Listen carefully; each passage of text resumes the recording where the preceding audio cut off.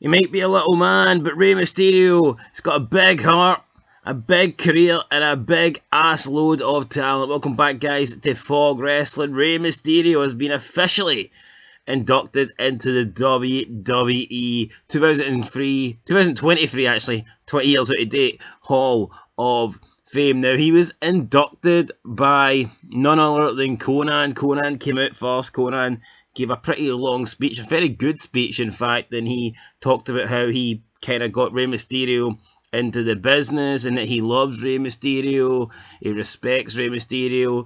He was like showing some embarrassing pictures of Rey from like Rey when he was like 14, 15. He was like, how the hell am I supposed to get this guy booked? And Rey was like £100 if you're lucky. Just literally looked like a kid. I guess he was a kid, but still. Konnan's point was it was like so difficult, no one wanted to take a chance on him. It was difficult for Konnan to get the guy booked. He literally had to beg promoters to give Rey Mysterio a chance, but finally it worked out. We all know Rey worked in Mexico, then he got his breakout in ECW, WCW, then eventually in 2002, WWE came calling, but yeah, Konnan said if he had to be reincarnated, he wished he could come back and still be Rey Mysterio's best friend. He says that Rey Mysterio does anything for family, and if he could switch places, he would happily take Dominik's place in Rey's family. And I thought it was pretty funny. Dominik Mysterio was watching on with Rhea Ripley and Damian Priest. Mysterio comes out, he congratulates everybody. Triple H, shakes his hand, hugs him, as does Drew McIntyre, Booker T, a bunch of WWE legends. Dominik just sits there, looks at Rey. Rey looks back, and then when Rey gets in the ring, he hugs Konnan. Then Rey goes to cut his Hall of Fame speech, and Dominik just gets up and walks out. So I guess that's further adding to their feud. I can't remember, was their match Saturday or Sunday? Anyway, the build-up for this has been great. I think it's kind of good, though, that they just had Dominik leave. I think it maybe be a bit distasteful if they had Dominik, interrupt the Hall of Fame speech. So I think the fact that Dominik just got up and left was probably the best thing. And then Rey talked about his entire career, how he was young when he started wrestling, started training at 8 years old. He spoke about the time Konnan called him and basically wouldn't take no for an answer. Konnan was like, right, we're going to go to Mexico, we're going to start a company, and Rey's like, I can't do it, my parents, I'm in school, I've got a job. Konnan's like, what are you going to do, deliver pizzas for the rest of your life? And he says, don't worry, I'll talk to your family, Rey, I'll sort it out. And then he's like, I can't just leave my girlfriend. And Konnan's like, look, if she loves you, she'll stay, she'll wait for you. And then Rey obviously pointed out that his girlfriend is now his wife, Angie. Rey says that when he was so broke that Angie had to quit her medical school career and go out and get a job just to send him money. Rey Mysterio was tearing up. I guess it's pretty sad.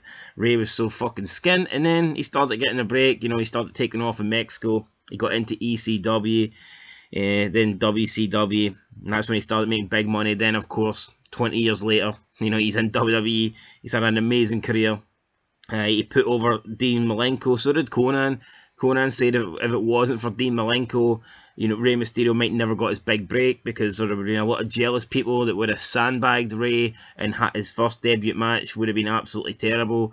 Kevin Sullivan said if the match wasn't good, he would never get another chance, and Dean Malenko helped him put on a good match, and then 3 weeks later, he was the new WCW Cruiserweight champion. So he thanked Malenko, Rey thanked Psychosis, he thanked a bunch of people.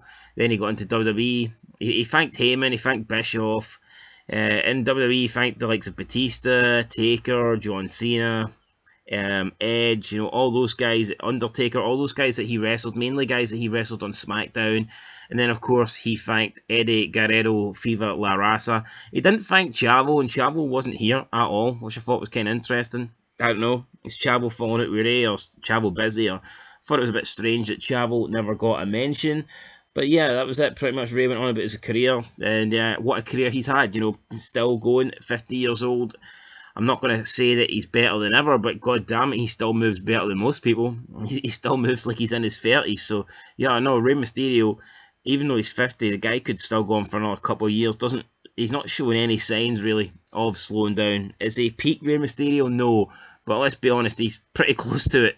The guy is phenomenal. Undoubtedly the greatest cruiserweight of all time, in my opinion. No one else comes close. There's been a lot of good cruiserweights, but yeah, Rey Mysterio in his peak. The things he could do was just unbelievable. No one has been able to get close to that, in my opinion. So Rey Mysterio in the Hall of Fame, totally deserved. And now hopefully he can kick Dominik's ass on WrestleMania. That's it, guys. Leave a like, leave a comment. I'll catch you in the next one. And lots of content coming over the weekend. Make sure you're subscribed, and I will see you later. But until then, peace.